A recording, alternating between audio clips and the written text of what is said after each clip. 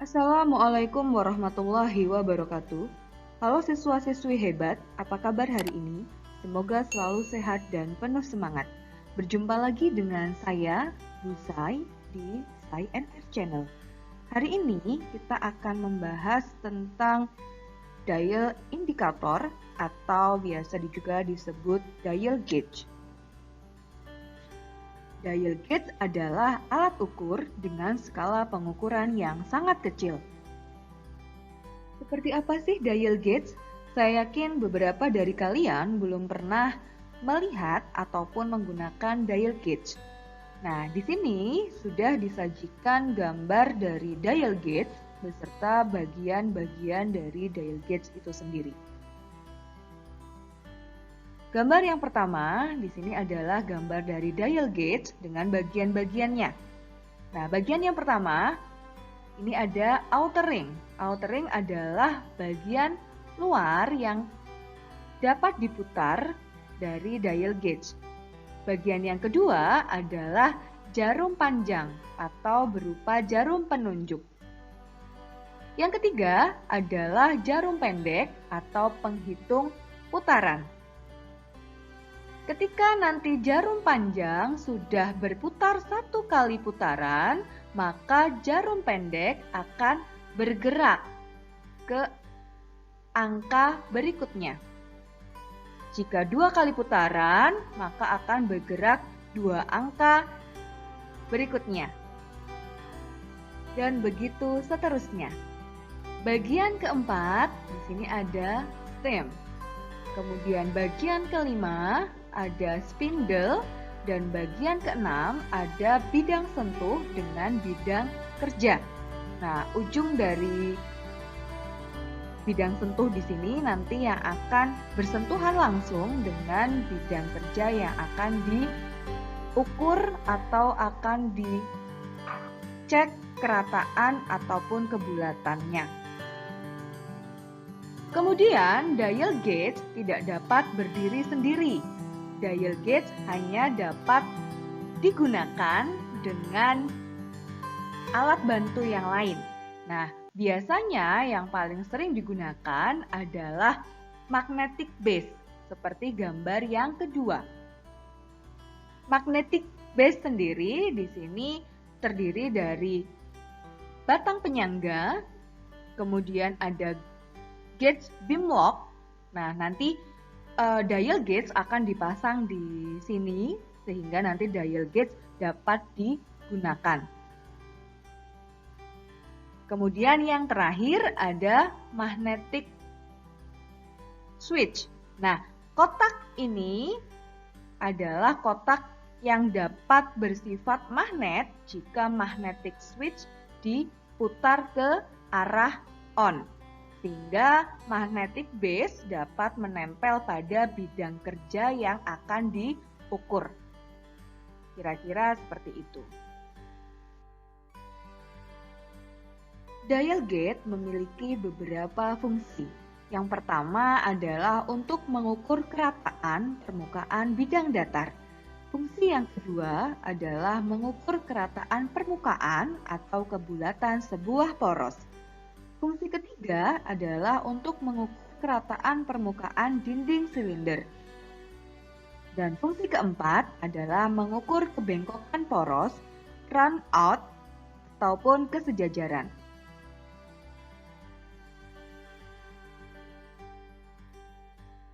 Dial gauge memiliki tingkat ketelitian antara 0,01 mm sampai 0,001 mm. Tergantung dari tipe dial gauge atau dial indikator itu sendiri. Yang biasa kita gunakan adalah dial gauge dengan ketelitian 0,01 mm. Bagaimana cara membaca hasil pengukuran dari dial gauge? Nah, di sini sudah ada gambar contoh hasil pengukuran dari sebuah dial gauge.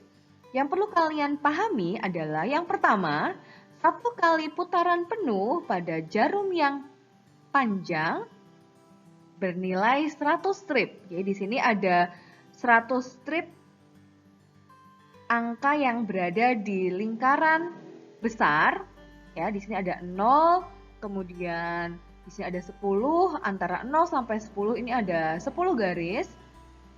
Ya, maka antara 0 kemudian kembali lagi ke 0, ini akan ada 100 garis atau 100 strip. Maka satu strip bernilai 0,01 mm. Yang kedua, satu strip jarum kecil yang berada di lingkaran yang di tengah ini bernilai 1 atau 1 kali putaran penuh jarum besar. Seperti yang sudah saya jelaskan sebelumnya. Satu strip jarum kecil di sini bernilai 1 mm. Bisa dipahami ya? Untuk lebih jelasnya, kita bahas contoh soal berikut ini. Contoh soal yang pertama.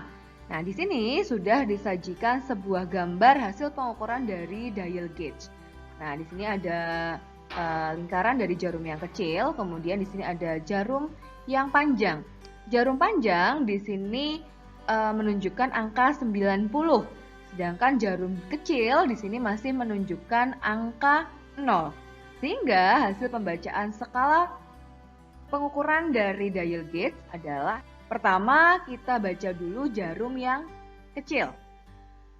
Jarum yang kecil di sini menunjukkan angka 0 sehingga hasil pengukurannya adalah 0 mm. Kemudian kita perhatikan jarum yang besar. Jarum yang panjang di sini menunjukkan angka 90 sehingga hasil pengukurannya dapat kita hitung dengan mengalikan 90 dengan skala terkecilnya yaitu 0,01 sehingga hasil pengukuran untuk jarum besar di sini bernilai 0,9 mm. Jadi hasil pengukuran untuk dial gauge di sini adalah bernilai 0,9 mm dari hasil penjumlahan jarum yang kecil dengan jarum yang besar. Mudah sekali bukan? Agar lebih memahami, kita bahas contoh soal yang kedua. Nah, di sini sudah disajikan gambar dari hasil pengukuran dial gauge. Ini ada angka 0. Karena di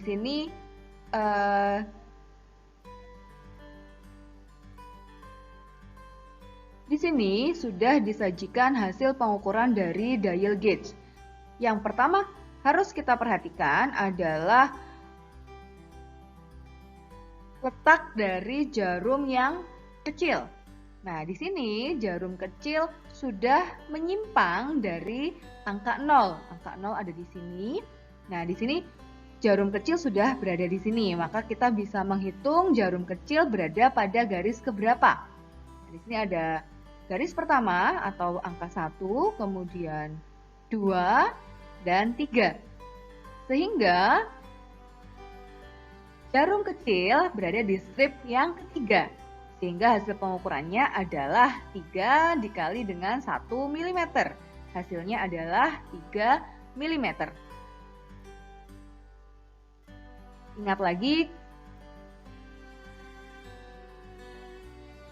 Kemudian kita perhatikan jarum yang panjang.